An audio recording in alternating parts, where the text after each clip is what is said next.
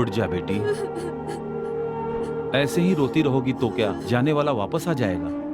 जो हुआ सो हुआ। हर एक इंसान का जाना तय है। देख बेटी,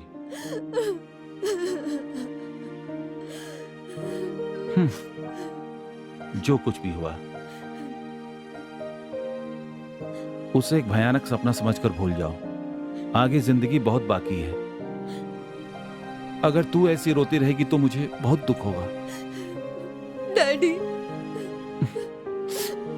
देख बेटी, तेरा डैडी तेरे साथ है, डरने की कोई जरूरत नहीं।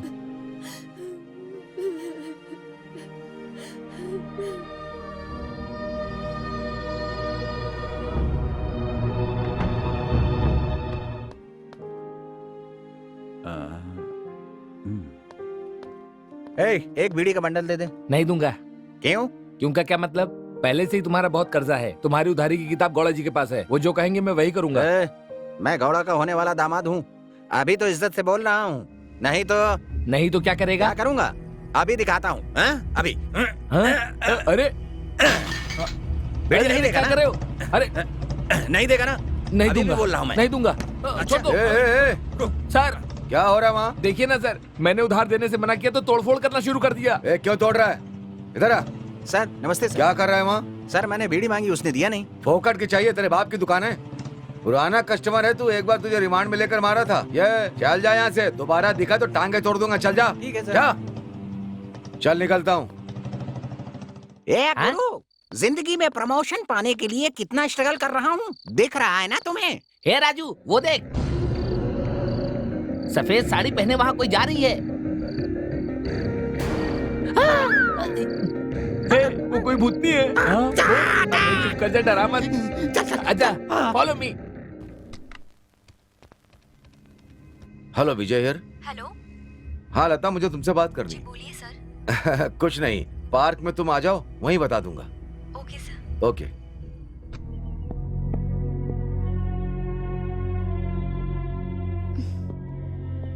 लता, तुमसे एक जरूरी बात करनी। विजय के खून के बारे में तुम्हें कुछ पता है क्या? पुरानी बातों को याद दिलाकर मुझे और दुख मत दीजिए। अगर ऐसा कहोगी तो खूनी को कैसे पकड़ेंगे? खून किसने किया है ये जानने के बाद उसे सजा मिलनी चाहिए ना? क्या ये सब करने से मेरा विक्की वापस आ जाएगा? ओ लता, शांत हो जाओ। इतना अपसेट क्यों हो रही हो? देखो, विजय का कोई दुश्मन था क्या, या फिर कॉलेज के दोस्तों ने खून किया हो उसका? आप कैसी बात कर रहे हैं? कॉलेज में तो हमारा कोई दुश्मन नहीं था। क्या कह रही हो? इन सब की वजह मैं हूँ। आप ये कहना चाह रहे हैं? ओ, मैं एक इंस्पेक्टर की हैसियत से ये सब नहीं पूछ रहा हूँ। तुम मुझसे झूठ नहीं बोलोगे इस विश्वास से पूछ रहा हूँ। अगर ऐसा है तो आप मेरे दोस्त या किसी रिश्तेदार से पूछ लीजिए। हाँ, वही करेंगे। बोल बे, कितनी बार पूछूं तुझे? बोलता है कि नहीं? बोलेगा नहीं तो हाथ पैर तोड़ दूंगा। बोल बोल। अरे बाप रे।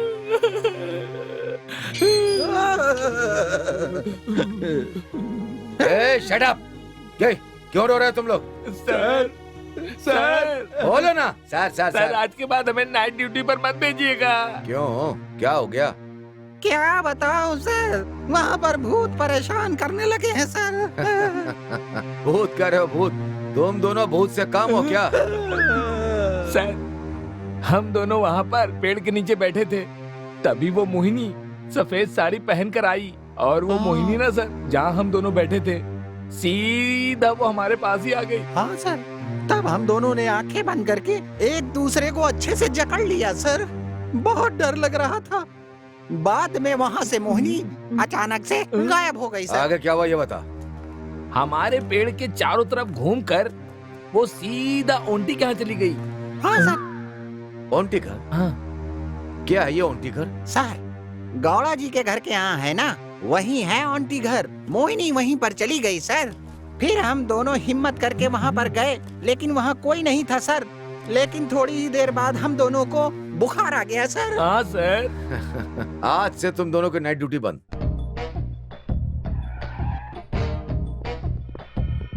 मालिक, मालिक। कौन है? ओह, इंस्पेक्टर जी, बैठिए।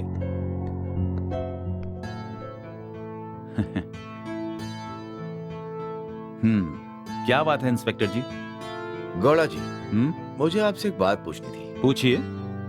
ये ओंटी घर में कोई औरत मरी थी क्या? मैं जब बच्चा था तब कोई औरत अपने शरीर पे मिट्टी तेल छिड़ककर आग लगा ली थी। अमावस के दिन अपने आप वहाँ पर लाइट जल जाती है और कोई औरत मोहिनी नाम से घूमती है, ऐसा गांव के लोग बोलते हैं। ठीक है, मुझे वो आंटी घर देखना है, जरा चाबी दीजिए।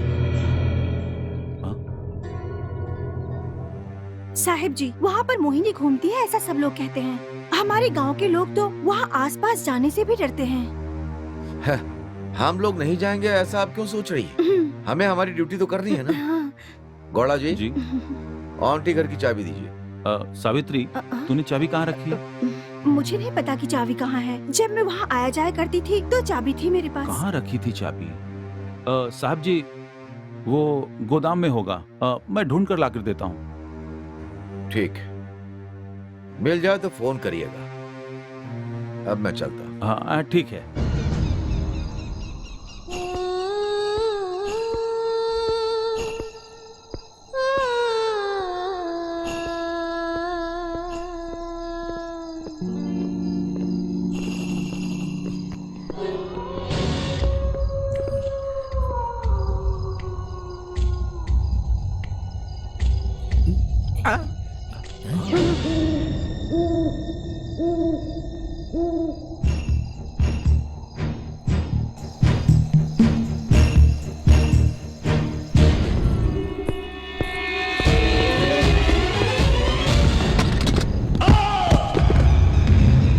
अरे साहब जी, मैंने आपसे कहा था कि उस आंटी के घर में मत जाना, लेकिन आपने मेरी बात नहीं सुनी। कोई बात नहीं गौड़ा जी, जिंदगी में वर्दी पहनने के बाद मैं किसी चीज से नहीं डरता। ठीक है, लेकिन ये चोट आपको कैसे लगी? गौड़ा जी, अंधेरे में आंटी घर की तरफ जा रहा था, तब वहां पर मुझे एक औरत सफेद साड़ी पहनकर जाती हुई दिखी। कौन हो सकता है ये देखने के लिए मैं उसके पीछे गया। वो गाना गाते हुए आंटी घर में चली गई। मैंने उस औरत को फॉलो किया। मैं वहां उसे ढूंढता रहा। वहां पर बहुत अंधेरा था। उसी समय मेरे सर में जोर से चोट लगी। कौन है देखने से पहले सर में खून आने लगा और मैं उसी वजह से बेहोश हो गया। उसके बाद क्या हुआ? उसके बाद तो सब कुछ आपको पता ही है। उस आंटी के घर पे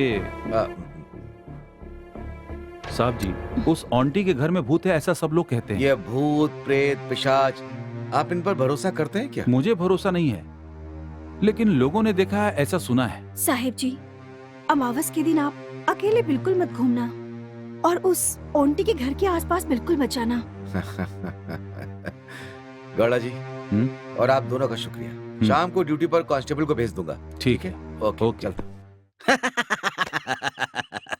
ला ला ला ला ला ला ला। चाय या कॉफी पीऊंगा तो मजा आ जाएगा। राजा, आने दो, आने दो। हाँ राजा जी, हाँ? ये गांव थोड़ा अजीब है ना? क्यों यार, तू इस गांव में नया थोड़ी है। हाँ नहीं, हाँ नहीं, शहर की जिंदगी से बोर हो करके मैं यहाँ तक आ गया। गौड़ा जी की बेटी से शादी करके जिंदगी बसा लूंगा, लेकिन वो तो किसी और से शादी करवा रहे हैं। क्या करेगा ये सब जानकर? जा तू अपना काम कर। राजा जी, वो मथप्पा जो मर गया ना, इस बार आपके पेपर में कुछ छपा ही नहीं, क्यों? ये बात सब लोगों को पता है। तो फिर ये बात अपने पेपर में क्यों छापते हो? तुझे क्या करना है ये जानकर? गांव के लोगों का सुख दुख मैं लिखता हूँ, तू अपना काम कर, जाकर जा। अरे अरे, गौड़ा जी की बेटी से शादी करने के लिए मैं बेंगलोर से यहाँ पर आया हूँ और इस बात पर गौड़ा जी ने मुझे डांट दिया और बोले बेटी नहीं दूंगा। ये बात आप अपने पेपर में छाप दो ना। अगर ये बात गौड़ा जी को पता चल गई तो तुझे जिंदा गाड़ देंगे। चल जा यहाँ से। राजा जी, चाय पीने के लिए 2 रुपए दोगे क्या? अबे तेरी तो चाय पीने के पैसे नहीं है और बोल रहा है गौड़ा जी के बेटी से शादी करेगा। ये ले 2 रुपए नहीं 10 रुपए हैं, रख ले। 2 रुपए मांगने से 10 रुपए मिला। इडली बड़ा कॉफी सब कुछ हो जाएगा।